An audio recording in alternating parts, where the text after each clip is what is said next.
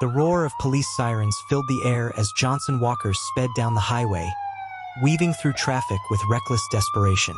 A police helicopter hovered overhead, its spotlight fixed on his vehicle. Several squad cars pursued him, their flashing lights illuminating the darkening sky. This is Johnson Walker's, and he's currently being chased by multiple police cars and a helicopter. Just hours earlier, Johnson Walker's had committed an unimaginable act. He had killed all 3 of his children in a twisted act of revenge against his ex-wife for divorcing him. This tragic event would culminate in a disastrous high-speed chase. As Johnson weaved through traffic, a steel bridge loomed ahead. It all started on the morning of June, when the Round Lake, Illinois Police Department received a chilling 911 call. The caller was Deborah Walkers, a distressed mother who had just discovered her 3 children, Joe, Catherine, and Jisnyai, unresponsive on a bed. Dispatcher, ask, what's the address of the emergency? The operator tried to keep Deborah calm as officers rushed to the scene. Police arrived within minutes, quickly entering the house. Go in. Just go in, someone urged as officers forced their way inside. The chilling scene before them confirmed Deborah's worst fears. Her children were motionless in the same bed. The investigation begins. Officers immediately escorted the devastated mother out of the room, attempting to piece together what had happened. Deborah, still in shock, explained that she had arrived at the house to pick up her children from Johnson, her estranged husband. They had been going through a divorce, and 2 days prior, Johnson had shown troubling behavior. But now he was missing. As police processed the crime scene, a desperate manhunt for Johnson Walker's unfolded, a chase that would soon come to a tragic end. Deborah had allowed Johnson Walker's to spend time with their 3 children, never imagining it would be the last time she saw them alive. When it was time to pick them up, Johnson refused to answer her calls, making her increasingly anxious. Fearing the worst, she decided to check on her children herself, only to walk into a scene of unimaginable horror. With the discovery of the children's lifeless bodies, Johnson instantly became the prime suspect. However, officers needed to ensure he wasn't still inside the house, possibly hiding. I want to make sure no one is hiding in the house that we're missing out on, an officer instructed as they moved cautiously from room to room. Police department, another officer called out. As they swept through the house, one officer noticed something disturbing in the bathroom. A knife, lying near a bloodied sink. Moments later, another officer found a bloody razor blade.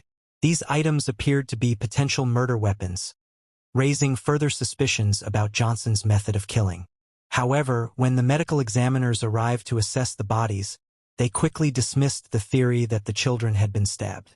"Do you guys see any wounds on the kids?" one examiner asked. "There's a lot of blood, but I don't see anything other than blood on their hands," another replied. "Nothing that would indicate stabbing." Instead, examiners noted the victims had large, dark markings around their necks. Their lips, skin, and fingernails had turned a deep shade of blue. The tragic reality became clear. Johnson had strangled his own children. But that raised another question. Where had all the blood come from? Pools of blood were scattered throughout the house, particularly in the master bedroom where the children were found.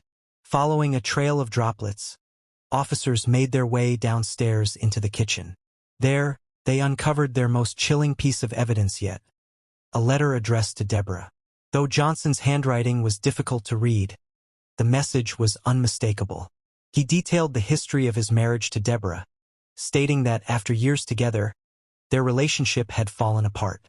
Their bitter divorce had led to a court battle over custody of their children. Halfway through the note, Johnson revealed his breaking point. He had lost custody.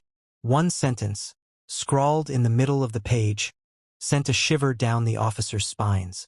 "If I can't have them, neither can you." Johnson ended the letter ominously, claiming he would end everything on his terms. But the horror didn't stop there. In the same room, officers found another haunting message, this time written on a whiteboard. "I'm sorry. I loved them too much to leave them behind.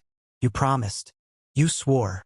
These final words painted a picture of Johnson's twisted mindset. a father who saw his children's deaths as an act of love and revenge. The search for Johnson was now more urgent than ever. Would officers catch him before he made good on his final, chilling promise? The evidence left behind in the house was more than just proof of a crime. It was a confession. Johnson Walkers knew the absolute truth about what had happened to his children. But if he had followed through on his final promise in the letter, police feared finding his body would be even harder than finding his confession. However, officers caught a break. Something was missing from the crime scene. Johnson's red Nissan Maxima. The absence of his car meant he was still on the move. This vital clue allowed the Round Lake Beach Police to issue an alert across the Chicago area, instructing officers to be on the lookout for the vehicle. Time was running out, but luck was on their side. It wasn't long before an Illinois state trooper spotted a car matching the description and attempted a routine traffic stop.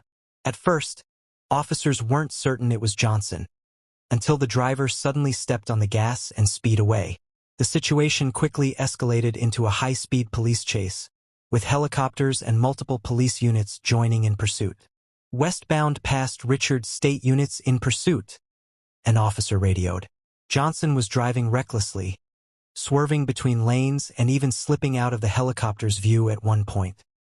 He's on the outside shoulder, trying to get through traffic, another officer reported.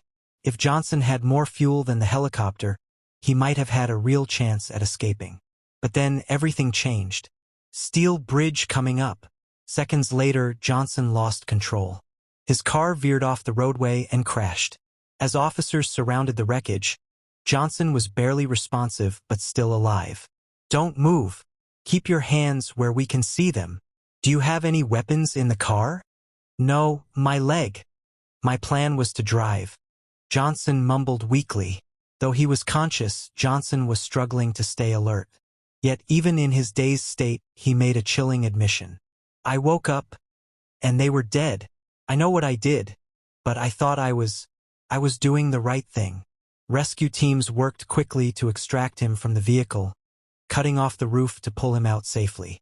Despite the horrific crash, Johnson had miraculously survived. EMS personnel rushed him to the nearest hospital for evaluation. Johnson had escaped death that day, but he wouldn't escape justice. Once detectives were informed that Johnson was in stable condition, they wasted no time. Detective Barrera and his partner were dispatched to the hospital with one goal: getting answers. They needed to know exactly what had happened inside that house. More importantly, they needed to understand why Johnson had done it. "So, Johnson, let's talk. Tell us about your relationship with your wife." It was time for Johnson Walkers to finally explain himself. Detective Barrera listened carefully as Johnson attempted to paint his estranged wife as manipulative and deceitful. "You can check our text messages and calls," Johnson insisted. "Since the beginning, she's always twisted things to justify how she treats me. I put up with it because I have no self-worth. She's been mean, always putting me down. The only time I ever say anything back is when she lies. If I say something harsh, it's because I know it'll get her to tell me the truth." The detective remained skeptical. Johnson's words seemed more like an attempt to gain sympathy than a genuine explanation. So, Barrera pressed further. "So, what exactly happened today?" Johnson exhaled sharply before answering. "I found out 2 days ago that she cheated on me, left me for another guy, the day after my birthday. You guys were still married, right? Just separated." "Yeah, she was keeping the kids from me. At least I thought she was. Turns out, she was just spending time with him instead of calling me or letting me see them." Johnson spoke as if he were the victim, trying to justify his actions. But the detective wasn't interested in the drama. He needed to know what happened to the kids. "Johnson, what happened to your children?" Johnson hesitated. Then, in a quiet voice, he admitted, "I don't know why I did it, but I know what I told myself when I did." "And what was that?" "That they deserved to be with me, that she was neglecting them, and that I needed to take care of them. And for some reason, I thought it was okay to take them with me too." "Take them with you?"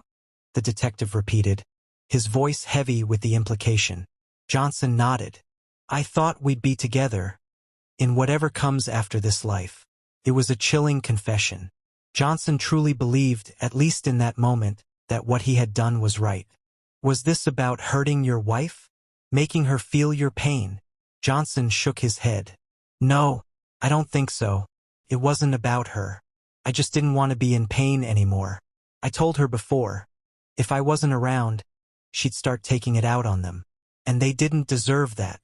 It was as if, in Johnson's twisted logic, he had convinced himself he was saving them. The night of the murders. The detective shifted gears, trying to understand the exact sequence of events.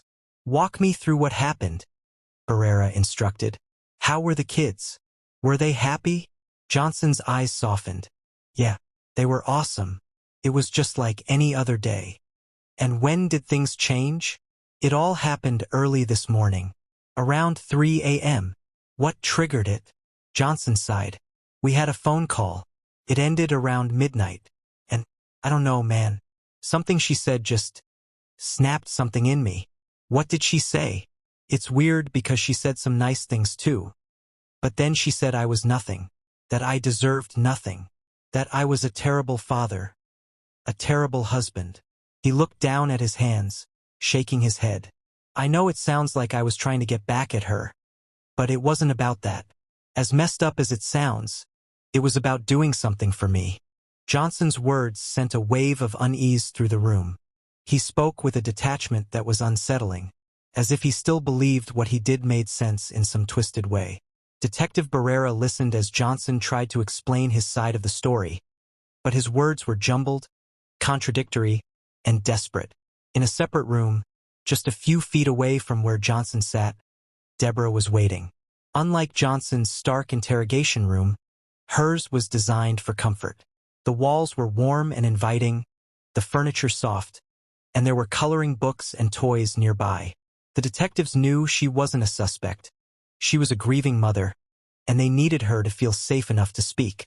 Detective Barrera took a deep breath before stepping inside. This part of the job was never easy. Hey, Deborah. I know we spoke earlier, and I just want to say I'm so sorry. I don't enjoy this part of my job, but I need to officially notify you. He hesitated, then continued. Johnson murdered your 3 children. The air in the room shifted instantly. Deborah's eyes widened in horror. He did. Her voice was barely above a whisper. Barrera nodded solemnly. Did you find him? She asked, her voice trembling. Yes.